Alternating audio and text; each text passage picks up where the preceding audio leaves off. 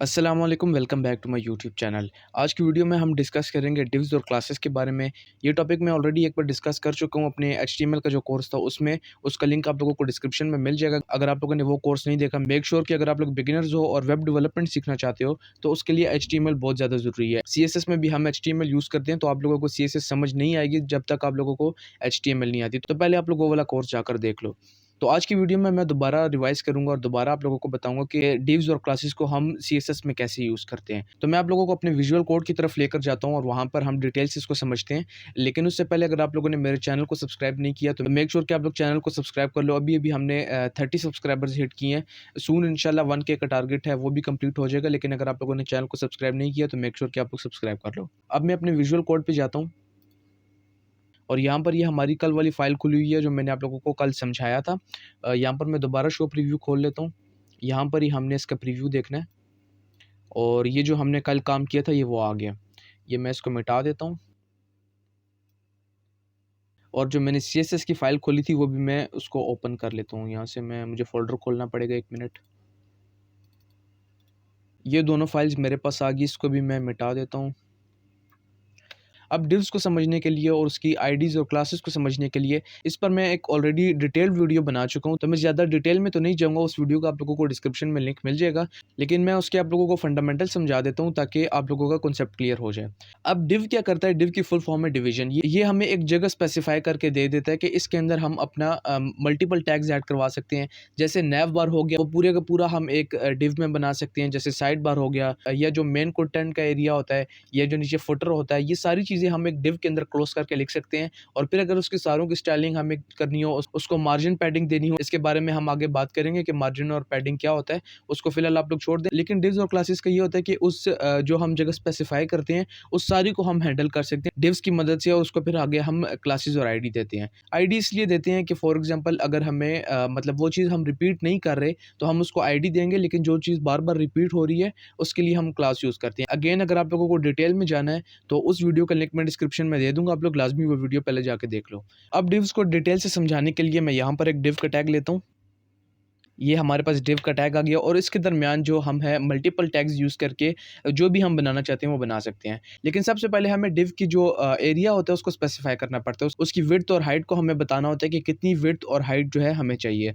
तो ये जो हमारा डिव है इसको मैं कोई आईडी दे देता हूँ और इसको कोई नाम दे देते हैं। जैसे मैं कुछ भी इसको नाम दे सकता हूँ, मैं अपना नाम ही दे देता हूँ।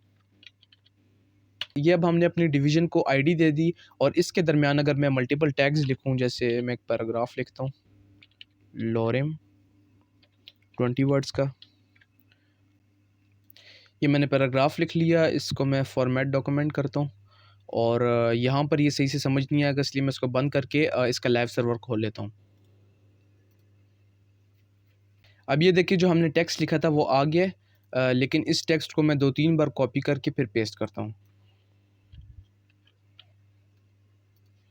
ये इसको मैंने 3 बार कॉपी पेस्ट किया है, तो ये देखें जो हमारा पैराग्राफ था वो यहाँ तक आ गया है। अब यहाँ पर डिव क्या करता है? अब ये जो हमारा डिव है इसको हम सीएसएस में कॉल करवाते हैं। इसको हमने आईडी शयान के नाम से दी हुई है, तो यहाँ पर आईडी को कॉल करवाने के लिए हैश हम यूज़ करते हैं और क्लास को कॉल करवाने के लिए हम डॉट यूज़ करते हैं। अब चूँकि हमने आईडी लगाई है तो हम यहाँ पर लिखेंगे हैश और आगे जो हमने आईडी का नाम दिया हुआ है वो लिख देंगे। तो मैं यहाँ पर लिखता हूँ शयान और उसके बाद कर्ली ब्रैकेट्स और यहाँ पर हम अभी अपनी इस डिव को हैंडल करेंगे। तो सबसे पहले हम इसको विड्थ और हाइट देते हैं कि इसकी कितनी विड्थ और हाइट हमें चाहिए। अब फॉर एग्जांपल मैं इसको विड्थ देता हूँ 200 पिक्सेल्स और इसको मैं हाइट देता हूँ 200 पिक्सेल्स, या बल्कि इसकी विड्थ को 400 कर लेते हैं और इसकी हाइट को 200 ही रहने देते हैं। अब ये जैसे ही मैंने इसकी विड्थ और हाइट को डिफ़ाइन किया तो जो हमने कंटेंट ऐड किया था अपने इस डिव के अंदर, जो हमने मल्टीपल पैराग्राफ्स ऐड किए थे, ये अब जो हमने हाइट और विड्थ दी है अपनी डिव को, ये उसी के दरमियान आएगा, उससे बाहर नहीं निकलेगा। जैसे मैं आप लोगों को अपने लाइव सर्वर पर लेके जाऊँ तो ये देखें ये पहले यहाँ तक पूरा आ रहा था, लेकिन जैसे ही हमने इसको विड्थ और हाइट दी ये उसके दरमियान में आ गया। ये इसको और बेहतर तरीके से समझाने के लिए मैं इसको बॉर्डर दे देता हूँ। यहाँ पर हम लिखेंगे बॉर्डर और इसको मैं कर देता हूँ सॉलिड 1 पिक्सल ब्लैक। ये मैंने इसको बॉर्डर दे दिया, लेकिन इसके साथ मैं इसकी हाइट भी थोड़ी सी ज़्यादा कर देता हूँ क्योंकि हाइट थोड़ी सी कम है। इसको मैं 250 पिक्सेल्स कर देता हूँ। ये देखिए ये इसका बॉर्डर आ गया जो हमने उसको हाइट और विड्थ दी थी उसके हिसाब से। अब अगर मैं इसकी विड्थ को थोड़ा-सा और ज़्यादा बड़ा कर दूँ, उसको मैं 600 पिक्सल कर दूँ या 700 कर दूँ, ये देखिए ये और बड़ा हो जाएगा और उस हिसाब से टेक्स्ट भी साथ बड़ा होता जा रहा है। क्योंकि जब हमने उसको विड्थ कम दी थी तो चूँकि हमारा जो कंटेंट था वो डिव के अंदर था, इसलिए वो उससे बाहर नहीं जा सकता था। इसलिए अगर इसको मैं अब थोड़ा-सा और बड़ा कर दूँ, तो ये देखिए ये और बड़ा हो गया। लेकिन अगर मैं इसको छोटा कर दूँ, इसको मैं 100 पिक्सल कर दूँ, तो ये देखना ये कितना छोटा हो जाएगा। ये देखिए ये छोटा हो गया है। अब ये यहाँ से बाहर नहीं निकल रहा है, लेकिन चूँकि इसकी हाइट हमने कम दी हुई है तो वो इससे बाहर जा रहा है। इसको आगे हैंडल कैसे करते हैं, इसको ठीक कैसे करते हैं, वो हम आगे की वीडियोज़ में देखेंगे। लेकिन आज की वीडियो में मैंने आपको समझाना था कि डिव्स क्या चीज़ होती है। अब इसकी विड्थ को मैं वापस ठीक कर लेता हूँ, 900 करते हैं उसको। और ये जो है ये हमारा ठीक हो गया। अब इसको ज़्यादातर हम यूज़ क्यों करते हैं? अब फॉर एग्ज़ाम्पल अगर यहाँ पर मुझे एक नैव बार बनाना है तो उसको मैं एक डिव के अंदर बंद कर सकता हूँ और उसकी जो स्टाइलिंग है उसको करने में मुझे आसानी रहेगी। अब जैसे इस सारे का मुझे बैकग्राउंड कलर चेंज करना है तो मैं क्या करूँगा, अपने जो हमारा सीएसएस का पेज है और ये जो हमने अपनी आईडी को कॉल करवाया हुआ है, यहाँ पर मैं लिखूँगा बैकग्राउंड कलर।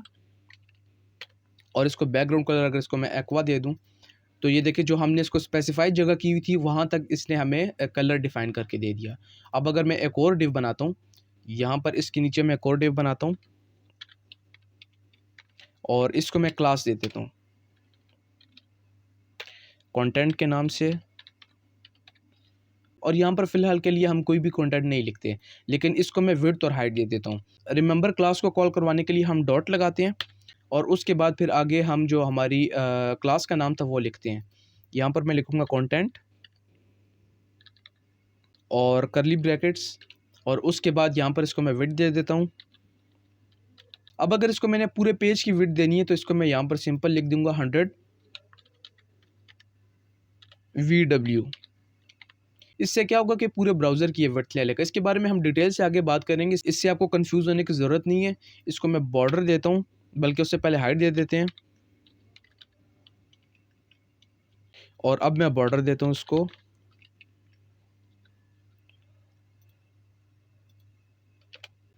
ये मैंने इसको बॉर्डर दे दिया। अब ये देखिए जो हमने इसको विड्थ और हाइट दी थी वो सारा ये देखिए ये हमें शो हो रहा है यहाँ पे।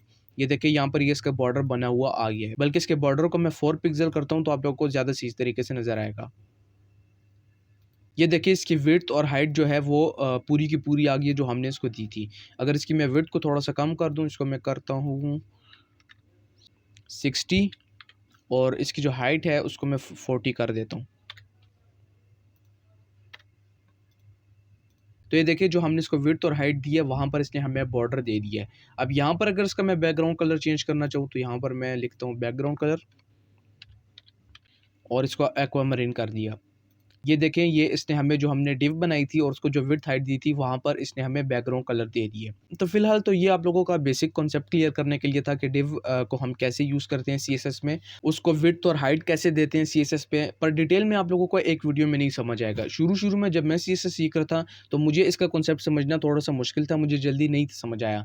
लेकिन फिर जो मैं आगे प्रैक्टिस करता जा रहा था तब मुझे इसका जो कॉन्सेप्ट था वो ज़्यादा सही तरीके से क्लियर हुआ था। तो अभी मुझे पता है हो सकता है आप लोग थोड़ा बहुत कन्फ्यूज़ हो रहे हो डिव्स और क्लास में, और अगर आप लोगों ने पहले वो वाली वीडियो नहीं देखी वो एचटीएमएल कोर्स में जो हमने डिस्कस किया था उसका लिंक मैं डिस्क्रिप्शन में दे दूँगा, तो हो सकता है आप लोगों के लिए थोड़ा कन्फ्यूजिंग हो। इसलिए मैं पहले रिकमेंड कर रहा हूँ कि आप लोग वो वाली वीडियो पहले देखो और फिर आगे ये वाली देखो।